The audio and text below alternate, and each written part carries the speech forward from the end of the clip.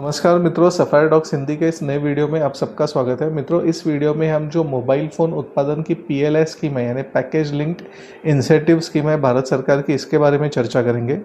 मित्रों, इस PLI scheme के कारण भारत में मोबाइल फ़ोन के उत्पादन को बहुत ज़्यादा गति मिली है। 2020 में अगर हम देखें तो 2020 के अंत तक भारतीय जो मोबाइल फ़ोन इस्तेमाल करते थे उसमें से कम 90% मोबाइल फ़ोन बाहर से आते थे। परंतु आज की घड़ी में यानी अप्रैल 2026 में जो मोबाइल फ़ोन भारतीय इस्तेमाल करते हैं उसमें से कम 90% मोबाइल फ़ोन भारत में ही बनते हैं।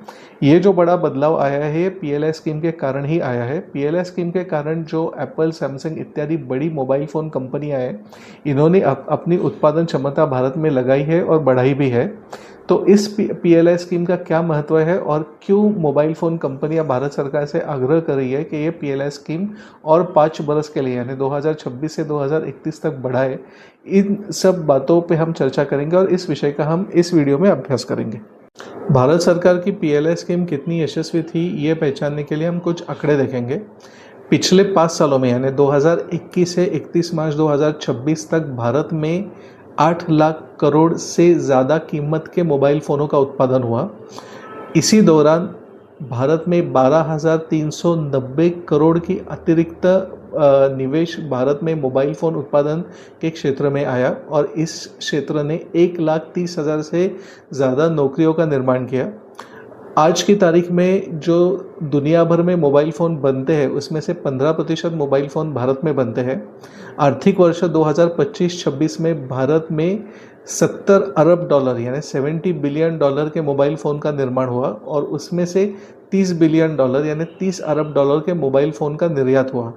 ये आंकड़े बहुत ही चौंका देने वाले हैं और यही प्रगति आगे तक बनी रहे, इसलिए मोबाइल कंपनियां भारत सरकार को आग्रह कर रही है कि जो पीएलआई स्कीम पिछले 5 साल इतना अच्छे से चली है उसको और 5 साल यानी 2026 से 2031 तक बढ़ा दिया जाए।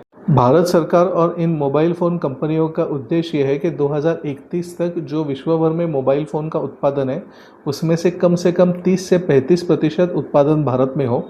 आर्थिक वर्ष 2025-26 में भारत में मोबाइल फ़ोन का उत्पादन 70 अरब डॉलर यानी 70 बिलियन डॉलर का हुआ था। वो 2031 मार्च तक बढ़कर कम से कम 130 बिलियन डॉलर तक चला जाए और भारत से जो मोबाइल फ़ोन की निर्यात है वो बढ़कर 70 बिलियन डॉलर तक 31 मार्च 2031 तक चली जाए। दूसरी और एक महत्वपूर्ण बात है कि भारत में जो मोबाइल फ़ोन का उत्पादन होता है उसमें जो वैल्यू एडिशन भारत में होती है वो अभी इतनी ज़्यादा नहीं है। इसका मतलब ये है कि आज भी जो भारत में मोबाइल फ़ोन का उत्पादन होता है उसमें जो लगने वाली चीज़ें हैं जैसे बैटरी, स्क्रीन इत्यादि, इन सब चीज़ों का आयात बाहर से होता है और जो भारत में वैल्यू एडिशन होती है वो शायद उतनी ज़्यादा नहीं है। अगर भारत में मोबाइल फ़ोन का उत्पादन 2031 तक अगर इतना बढ़ जाता है तो मोबाइल फ़ोन में जो चीज़ें लगने वाली है जैसे स्क्रीन, बैटरी इत्यादि, वो बनाने वाली कंपनियां भी शायद भारत में अपना उत्पादन शुरू करें, जिसके कारण भारत में मोबाइल फ़ोन ज़्यादा बने और कम कीमत पर बने और वो मोबाइल फ़ोन चाइना की मोबाइल फ़ोन उत्पादन क्षमता से सीधी टक्कर ले पाए। आज की तारीख में मोबाइल फ़ोन सबसे ज़्यादा उत्पादन करने वाला देश चाइना है और चाइना मोबाइल फ़ोन सबसे ज़्यादा उत्पादन करता है। उसका कारण यह है कि चाइना में मोबाइल फ़ोन सबसे ज़्यादा सस्ते बनते हैं।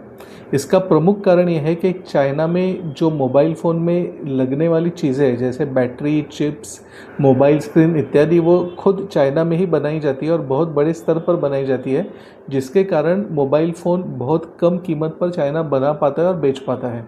अभी भारत चाइना से जो स्पर्धा कर रहा है वो लेबर कॉस्ट में कर रहा है, यानी भारत में जो मज़दूरों को तनख्वाहें दी जाती है वो शायद चाइना से कम है, इसलिए भारत भी अपनी कीमत कुछ हद तक चाइना के बराबर रख पाता है। परंतु भारत अपने मज़दूरों को दी जाने वाली रकम निरंतर कम नहीं रख सकता है।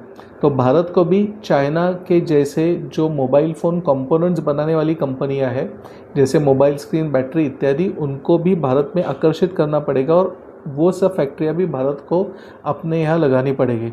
इसके लिए मोबाइल कंपनियां चाहती है कि भारत सरकार पीएलआई 2 स्कीम यानी पैकेज लिंक्ड इंसेंटिव स्कीम 2026 से 2031 तक बढ़ाए, जिसके कारण भारत में मोबाइल फ़ोन का उत्पादन बढ़ेगा और ये जो मोबाइल फ़ोन कंपोनेंट्स बनाने वाली कंपनियां हैं वो अपने आप ही भारत में अपनी फैक्ट्रियां खोलेंगी।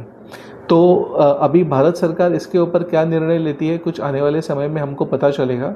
इस विषय में मुझे कुछ भी नया पता चलता है, कुछ भी नई जानकारी मेरे पास आती है तो मैं एक नया वीडियो बनाकर आपके सामने वो वीडियो लेकर आऊँगा। ये वीडियो अगर आपको रोचक लगा है तो हमारे वीडियो को लाइक करिए, हमारे चैनल को सब्सक्राइब करिए। अगले वीडियो तक आज्ञा दीजिए, तब तक के लिए जय हिंद, जय भारत, वंदे मातरम।